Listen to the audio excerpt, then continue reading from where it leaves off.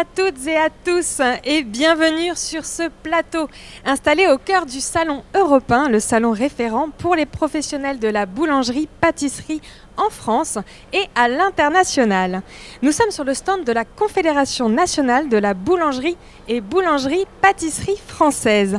Alors chaque jour tout au long de ce salon, Gilles et moi-même aurons le plaisir d'accueillir des invités et de parler avec eux des sujets qui font l'actualité de la profession. Nous vous proposons 5 rendez-vous par jour, 2 le matin, 3 l'après-midi, et nous n'hésiterons pas à nous déplacer sur ce salon pour vous faire découvrir ce qu'il s'y passe. Exactement Alexandra, et pour inaugurer cette TV boulangerie, j'ai le plaisir d'accueillir le président de la Confédération nationale de la boulangerie-pâtisserie française, Dominique Enracte, bonjour. Bonjour. Xavier Bordet, vous êtes président de la commission de la communication, de la promotion et de l'information au sein de la Confédération. Bonjour Xavier. Bonjour Gilles, bonjour Alexandra. Bonjour. Anne Adeguer, vous êtes directrice de la communication au sein aussi de la Confédération. Bonjour Anne. Tout à fait, bonjour Gilles, bonjour Alexandra. Bonjour. Christian Verbré, que nous aurons l'occasion en duplex de le découvrir en direct du concours de la Coupe du Monde de la boulangerie dans quelques instants.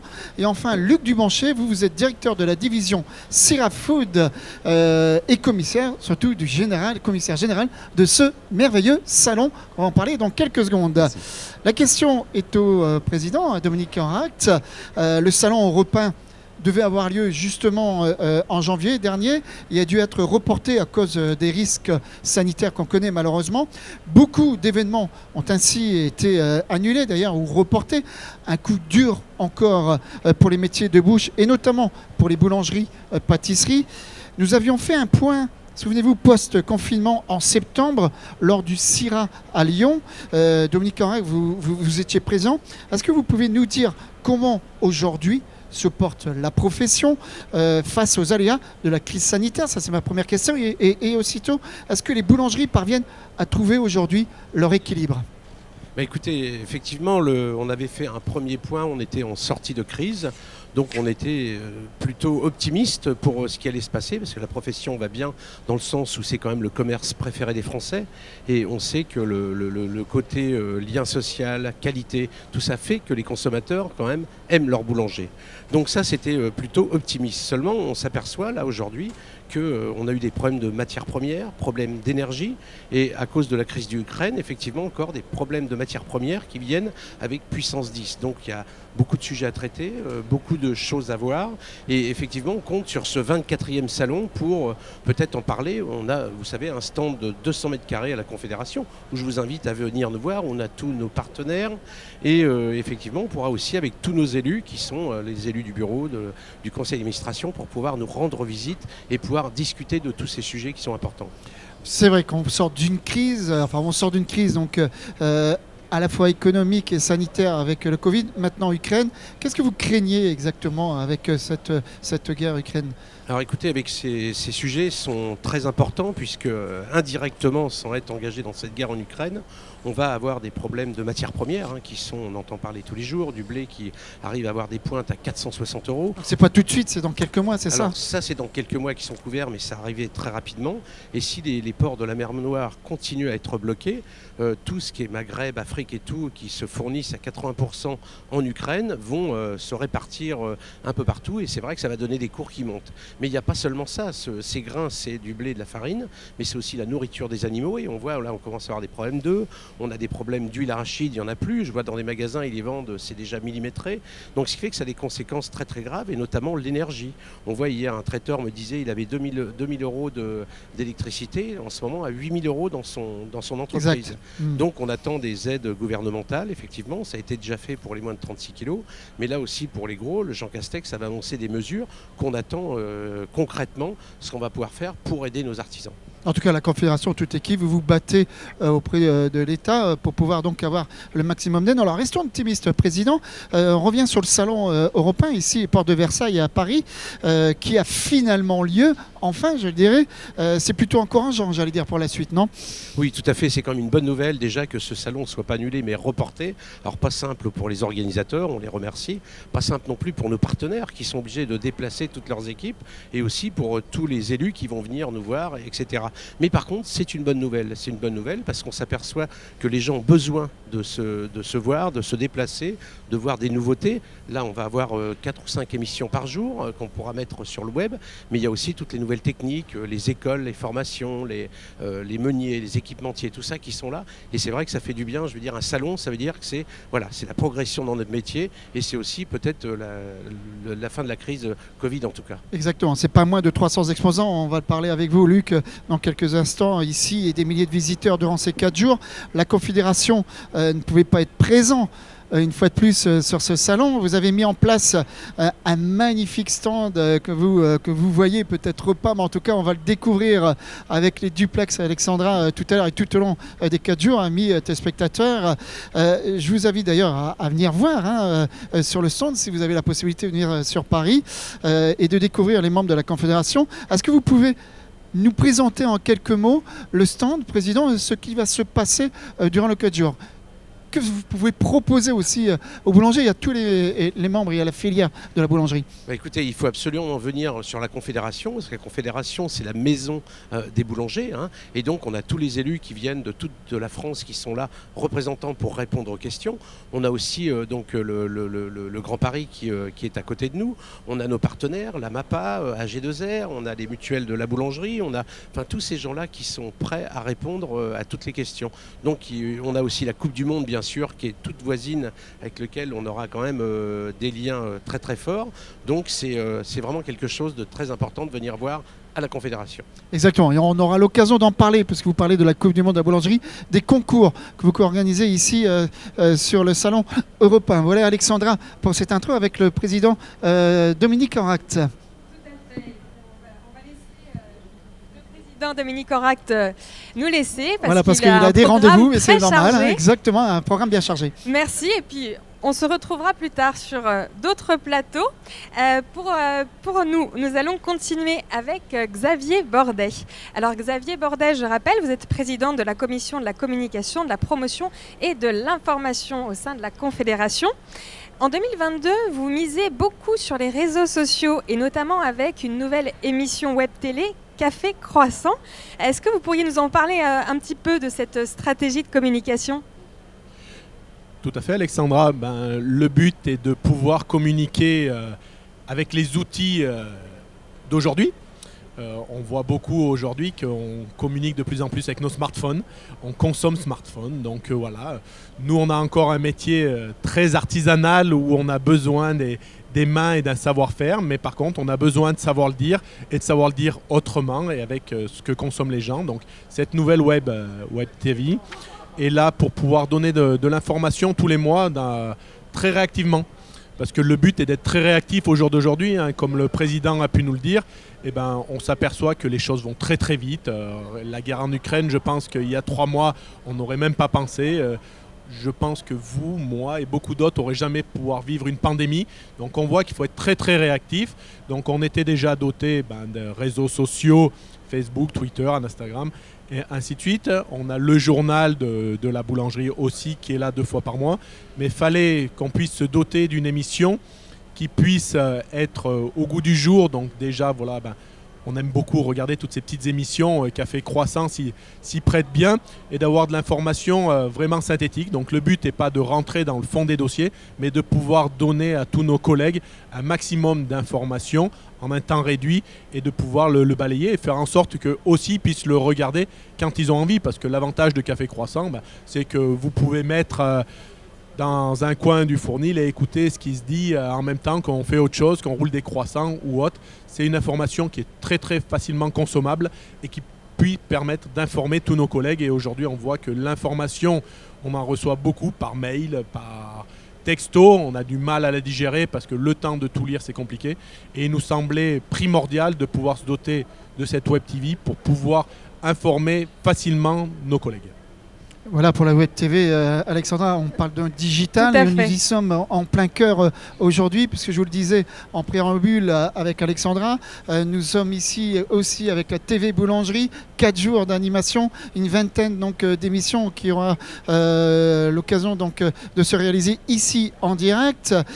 Anne, est-ce que vous pourriez nous en dire un peu plus sur cette web TV durant ces 4 jours au Syrah européen, donc porte de Versailles? Que va-t-il se passer, Anne? Je rappelle, vous êtes directrice Anna Deguerre de la communication au sein de la Confédération. Absolument. Bienvenue à tous ceux qui nous suivent, qui nous regardent. Alors moi j'ai envie de vous dire, ceux qui étaient au CIRA avec nous à Lyon l'année dernière ont pu retrouver cette web TV avec là je crois qu'on a un beau programme, hein, Gilles, Alexandra, 20 émissions donc au total sur 4 jours. Donc ça va être des émissions on a souhaité avec le président et toute l'équipe de la Confédération et des élus, donc des émissions pratiques, je dirais même didactiques, avec des intervenants de qualité qui vont pouvoir nous expliquer sur des thèmes très variés. Aujourd'hui, on va parler d'éco-responsabilité, on va parler de formation, on va parler de concours, on va parler de communication digitale, de plein de sujets. Donc retrouvez-nous donc tous les jours à 10h, 11h, 14h, 15h et 16h pour ce rendez-vous digital et en direct aussi sur les réseaux sociaux de la Confédération.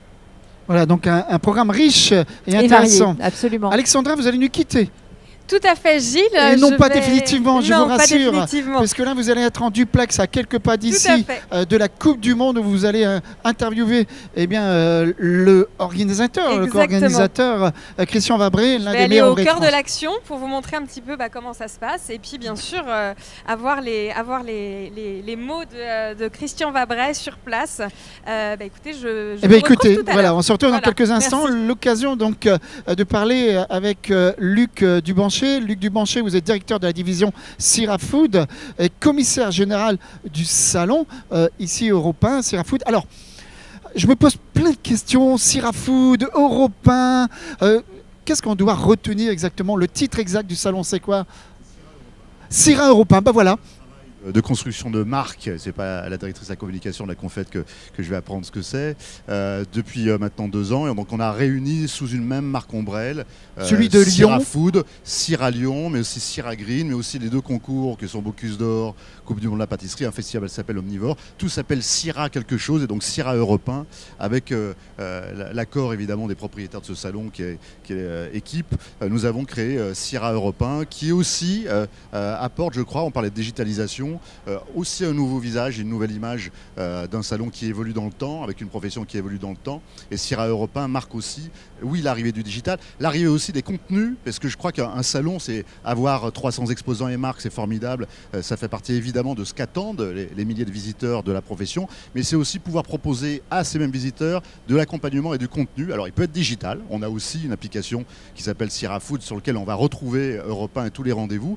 Et puis dans cet espace-là, de ces mètres carrés ici à Porte de Versailles, c'est 3 espaces qui sont dédiés au contenu, avec une scène boulangerie snacking qui est très puissante, puisque on va recevoir les professionnels, les jeunes professionnels qui sont en train d'arriver, qui apportent évidemment leur nouveau visage, les artisans formidables, puisque la profession a aussi énormément bougé depuis quelques années, et je crois que c'est une profession moderne. Voilà. Et donc on a aussi voulu, sur la scène de la boulangerie snacking, à travers des masterclass et des démonstrations, montrer que les problématiques de sourcing, de blé ancien, les problématiques aussi de réinvention du croissant ou d'aller au bout des recettes, ça fait partie intégralement du métier. Donc ça, c'est la scène boulanger snacking. On a une scène dédiée à la pâtisserie. On va avoir des très grands noms de la pâtisserie, quelques-uns des plus grands noms, et d'ailleurs les plus grands palaces parisiens, des pâtissiers qui vont venir.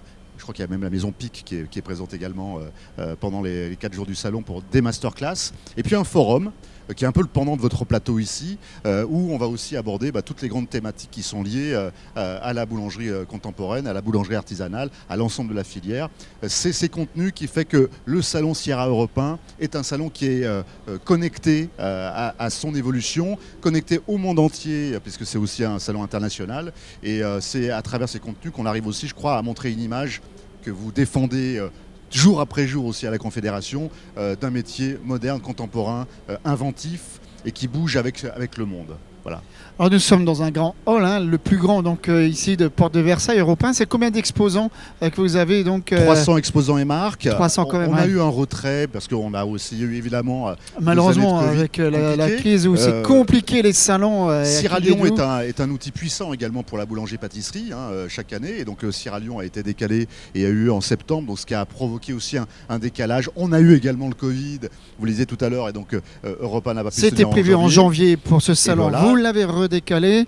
C'est Donc pas les après- années les meilleures pour les salons, mais Non, combien mais même c'est- vous êtes là encore. Ce sont des années de construction, ce sont des années où, quand on se montre fort, on sait que la suite ne pourra être que favorable et bonne. Et ce que je constate moi aujourd'hui, c'est d'abord, la présence du public, et on a plutôt des très bons chiffres en amont sur les préenregistrements pour le salon européen. Donc on va avoir du monde, et les professionnels qui sont français, européens, parce qu'on aura aussi 20% d'étrangers qui sont préenregistrés, c'est plutôt une bonne chose, internationaux. Donc il y a la mobilisation. Et puis aussi, autour de nous, c'est la mobilisation de l'ensemble des partenaires, des exposants qui ne nous ont pas lâchés. Et donc un salon comme Sierra Européen est un salon de filière. Il a son existence forte au sein de cette profession, il doit exister, et l'organisateur que je suis à travers GL Events, on est là aussi évidemment pour continuer à propager et à développer ce salon. On est en recul cette année. On sera dans le redéveloppement en 2024 et 2026. Pour moi, ça ne fait aucun doute, parce que ce métier est puissant. C'est un métier de proximité, c'est un métier également de technologie, c'est un métier de savoir. Et je crois que la French Bakery qu'on a souhaité mettre à l'honneur, puisque c'est ça aussi, Sierra Européen, c'est l'idée de la French Bakery qui s'exporte, c'est pas un 20 mots, c'est le savoir-faire français qui non seulement est performant en France, en Europe, mais aussi sur le plan international. Et on doit collectivement le défendre. La boulangerie française est bien présente, en tout cas sur votre salon. Merci de nous accueillir aussi. Et puis, merci à vous d'être là. Vraiment. Très très bon salon à toutes et à tous. Je vous propose de retrouver, puisque vous parlez donc de concours, la Coupe du Monde de la boulangerie, c'est en direct avec Alexandra. Tout à fait, Gilles. Et nous sommes donc avec Christian Fabret directement devant le cœur de l'action. Donc Christian, nous allons revenir un petit peu sur ce concours, notamment donc sur la Coupe du Monde qui a été créée il y a 30 ans. Vous allez fêter les 30 ans cette année. Est-ce que vous pourriez nous présenter un petit peu la Coupe du Monde de la boulangerie ? Alors effectivement, on va fêter 30 ans, donc la Coupe du Monde de la boulangerie. Ça a été pour nous l'ambition de réunir les boulangers du monde entier, et effectivement depuis 30 ans on a réussi ce challenge, puisque des milliers, des centaines de milliers de boulangers se sont inscrits à cette Coupe du Monde pour participer et ont été sélectionnés, et le but c'était de venir à Paris, et donc nous tenons toujours cet engagement de garder la finale à Paris, et c'est ce qu'il y a de formidable depuis 30 ans. Alors après, pour présenter l'événement, c'est simplement une compétition où chaque pays propose 3 candidats. Un représente la partie pain, l'autre la viennoiserie, et le troisième l'artistique. Et nous avons bien sûr évolué, puisque maintenant il y a une partie gourmande qui permet de mettre un peu de salé, donc dans les préparations, dans même l'esthétique de la pièce, de manière à faire évoluer le métier. Souvent d'ailleurs, beaucoup d'évolutions dans le métier, que ce soit sur l'esthétique ou sur le goût, sont partis de la Coupe du Monde, parce que dans tous les pays, ils font des recherches, ils se copient. En tout cas, on peut dire que ça a été un élan généreux de fraternité, de manière à faire évoluer le métier et de donner surtout une très très bonne image de notre profession. Eh ben, c'est très intéressant, et on va vous suivre tout au long de ces 4 jours. Et d'ailleurs là, est-ce que vous pourriez nous dire un peu où ils en sont à l'heure qu'il est ? Alors ils sont pas loin d'atterrir, on va dire, puisqu'on est là depuis 4 heures du matin. Ils vont finir à 13 heures. Il y aura la présentation des produits. Alors, pour aujourd'hui, il y avait 3 équipes en compétition, le Danemark, l'Égypte et la France. Et tous les jours, il y aura 4 autres pays qui participeront jusqu'à la solution finale, on va dire, qui sera le résultat mardi matin à 11 heures, où il y aura une cérémonie de remise des prix. Eh bien, on a hâte de découvrir tout ça et puis de voir bien sûr les produits finaux. Déjà, ce qu'on voit est magnifique. On sent qu'il y a du travail. Et nous aussi, parce que celui qui va remporter ce millésime, quand même, il sera quand même, je pense, un peu particulier compte tenu du contexte et ces fameux 30 ans qui nous séparent de la création de la Coupe du Monde. Tout à fait. Et ben en tout cas, on vous souhaite un très bon anniversaire. Merci. Et je tiens à préciser que nous aurons Christian Fabret avec nous sur le plateau pour une émission demain consacrée justement aux concours qui ont lieu sur le salon. Christian, merci beaucoup pour votre temps et on se retrouve plus tard. C'est gentil, merci. Bien, merci Alexandra. Voilà, vous étiez en direct sur la Coupe du Monde de la boulangerie ici au salon Syrah Européen, porte de Versailles. C'est la fin de cette émission. Merci mesdames, messieurs d'avoir suivi cette première émission. On se retrouve dans quelques instants pour la deuxième émission. On parlera des conseils pour la création ou le rachat d'une boulangerie si vous voulez entreprendre pour pouvoir donc démarrer une boulangerie, c'est l'émission qui est faite pour vous. Je vous rappelle que vous pouvez retrouver toutes les émissions en replay sur le site internet boulangerie.org, rubrique vidéo ou sur la page Facebook de la Confédération nationale de la boulangerie, pâtisserie française. Je vous souhaite un très très bon salon à toutes et à tous et à tout à l'heure.